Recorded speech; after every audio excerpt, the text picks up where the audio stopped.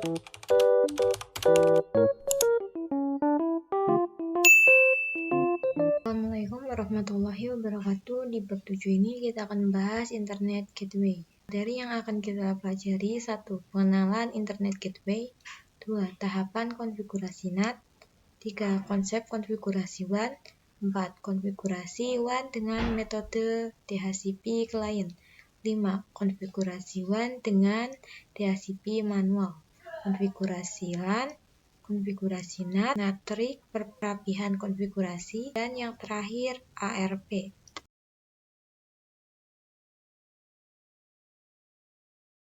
Contoh topologi yang akan kita gunakan di sini terdapat 5 VPC atau PC. Lalu ada juga di sini switch dan vendor Cisco. Kemudian ada router mikrotik yang terhubung ke internet. Jadi nanti router kita akan mendapatkan internet yang kemudian diteruskan ke 5 PC-PC klien. Nah, ketika klien-klien tersebut bisa internetan, maka router kita sudah bisa disebut dengan Internet Gateway. Langsung saja kita coba. Di sini sudah ada topologi router dan juga ISP.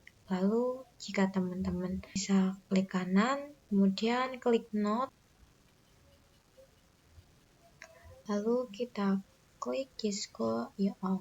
Nah, image-nya di sini L2. Kemudian saya akan beri nama SW Cisco. Untuk ikonnya di sini kita cari switch. Nah, saya pilih yang ini. Kemudian untuk header-nya saya tambahkan jadi 2. Kenapa 2? Karena STI itu kan ada 4. Nah, per header itu ada 4 port. Berarti kalau saya ambil 2, maka portnya yang akan dihasilkan adalah 8. Nah, jika sudah, kita bisa save. Kemudian taruh di bawah. Kemudian kita klik kanan, Node, dan kita klik yang VPC. Di sini saya berikan 5 karena yang dibutuhkan 5. Kemudian kita save. Nah, di sini sudah ada. Kemudian di sini kita rapikan terlebih dahulu. Nah, di sini kita ganti VPC 1 sampai ke VPC 5.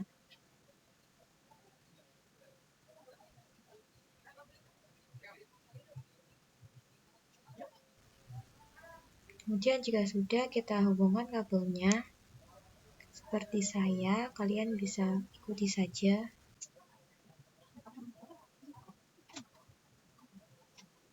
Kemudian kita rapikan.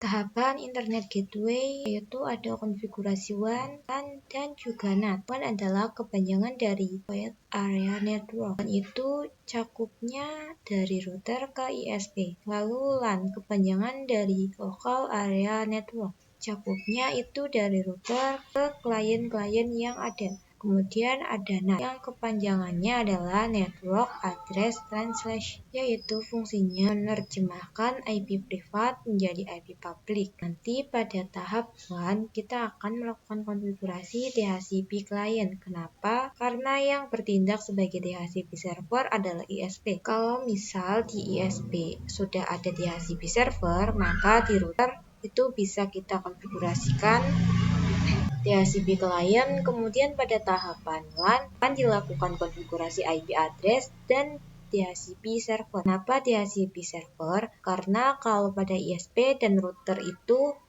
bertindak sebagai klien, tapi jika pada cakupnya router dan PC-PC-nya, router itu bertindak sebagai server, sehingga dia akan memberikan internet ke PC-PC. Lalu pada tahapan NAT, kita akan melakukan pemilihan handoff, interface, dan juga action.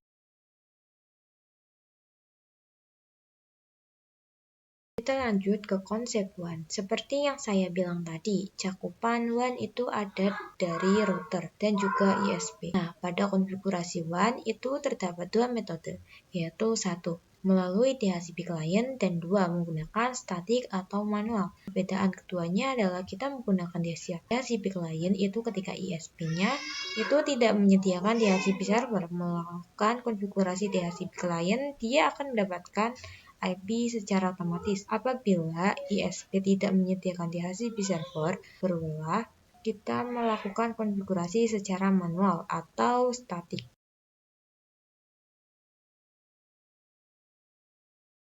Konfigurasi menggunakan CLI terlebih dahulu. Kita login.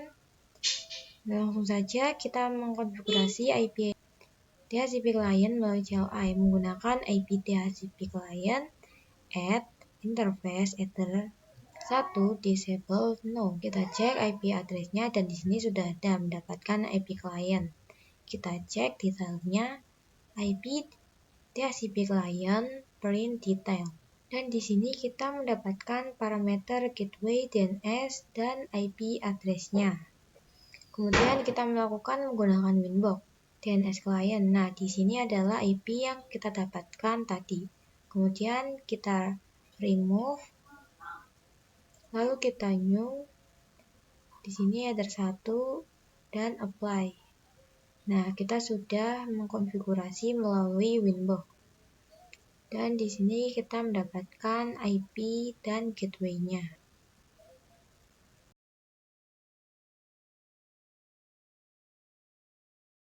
Kemudian konfigurasi dengan metode manual. Di sini kita masuk ke IP client, kemudian print. Kita masuk ke DHCP client, kemudian print. Nah, di sini header satunya terdapat di number 0. Kita hapus dengan ketikan remove number 0. Lalu di sini sudah tidak ada. Kita cek DNS dan gateway-nya dengan IP root print dan IP DNS print. Nah, keduanya belum ada. Jadi kita akan konfigurasi IP DHCP client, gateway, dan DNS. Langsung saja kita konfigurasikan dengan IP address address sama dengan 192.168.32.136/24. Interface sama dengan header 1. Lalu kita cek IP address print. Nah, di sini sudah ada. Kemudian kita pastikan IP-nya bisa di-ping ke ISP. Kita ketikkan ping 192.168.32.2. Di sini sudah bisa. Selanjutnya konfigurasi gateway. Kita ketikkan IP root gateway 192.168.32.2. Kemudian cek IP root print. Nah, di sini sudah ada. Perhatikan di sini ada huruf A dan S. A itu aktif dan S itu statik. Kemudian kita bisa ping 88. Apakah berhasil? Nah, di sini sudah berhasil. Kita lanjut ke DNS dengan ketikan IP DNS set server sama dengan 888. Kemudian kita cek IP DNS print. Dan di sini sudah ada. Lalu kita coba ping google.com-nya. Nah, di sini juga sudah berhasil. Kemudian kita lanjut di Winbox. Kita ke IP lalu address. Kita hapus yang header 1. Kemudian kita konfigurasikan dengan klik new. Kita ketikkan IP 192.168.32.136. Nah, prefix-nya jangan lupa /24. Kemudian kalau sudah kita bisa apply lalu oke.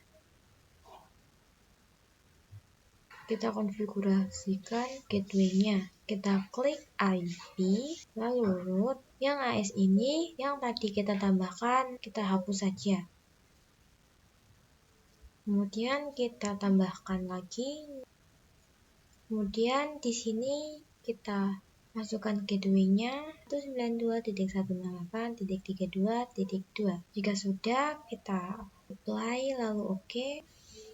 Nah, ini sudah berhasil. Lalu kita DNS, kita klik IP DNS dan di sini sudah ada 88. Kita apply saja. Nah, kita cek pada terminal apakah bisa ping 88. Nah, di sini sudah bisa. Kemudian kita ping google.com-nya. Dan ini juga sudah berhasil. Di Di sini kita akan melakukan konfigurasi IP address yang mengarah ke klien, yaitu Ether 2. Kemudian juga akan melakukan konfigurasi DHCP server. DHCP server ini adalah laptop yang terhubung ke MikroTik. Jadi VPC kita akan mendapatkan IP secara otomatis, jadi MikroTik kita akan berperan sebagai DHCP server. Langsung saja kita praktekkan pada aplikasi Winbox. Jadi nanti saat konfigurasi LAN, kita akan melakukan konfigurasi IP address yang mengarah ke klien dan juga konfigurasi DHCP server. Nah, yang pertama kita konfigurasi IP address-nya. Nah, di sini yang mengarah ke klien adalah Ether 2. Dan ini saya memiliki IP-nya, address-nya. Jika kalian belum ada, kalian bisa tambahkan pada Ether 2. Selanjutnya untuk DHCP server, kalian bisa klik DHCP setup, kemudian interface-nya kita Ether 2. Lalu jika sudah benar, kita tinggal next saja.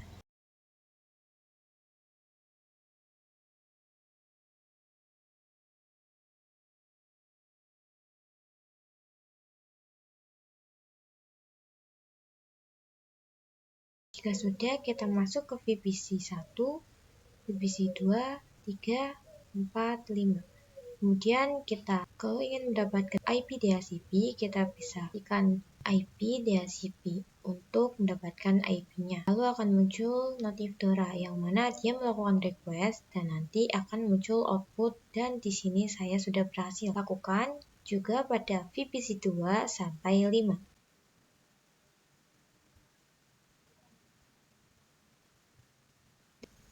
Dan di sini sudah mendapatkan IP-nya.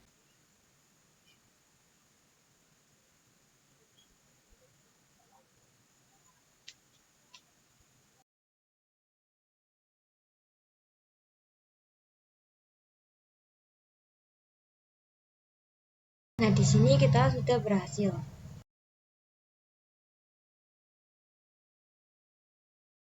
Jadi NAT itu kepanjangan dari Network Authorization. Langsung saja kita bisa buka Winbox. Nah, di sini untuk konfigurasinya, kalian bisa ke IP, lalu klik Firewall, kita klik New.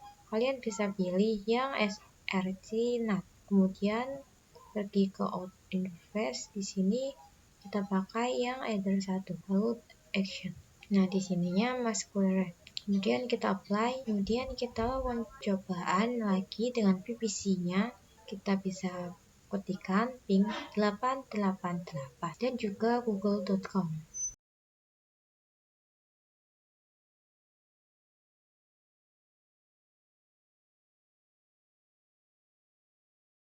Dan di sini sudah berhasil.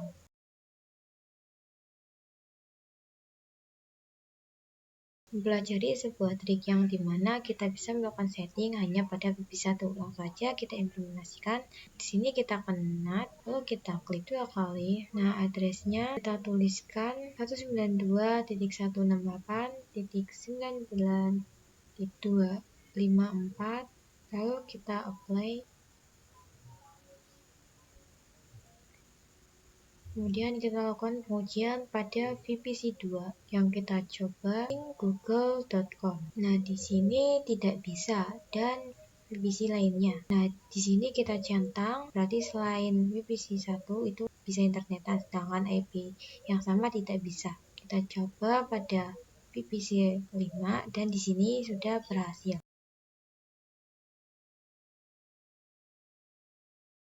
Kita akan melakukan perapihan konfigurasi. Di sini kalian bisa cari yang namanya IP variable. Kemudian klik, nah di sini centangnya kita, lalu kita coba menyambungkan PC dengan internet. Nah, di sini kita akan melakukan perapihan DHCP pada VPC-nya. Jangan lupa sebelum itu kita matikan, maka VPC-nya kosong. Kemudian kita request IP dan di sini kita sudah mendapatkan IP-nya. Jadi jika VPC ini mati, maka otomatis IP-nya juga akan hilang.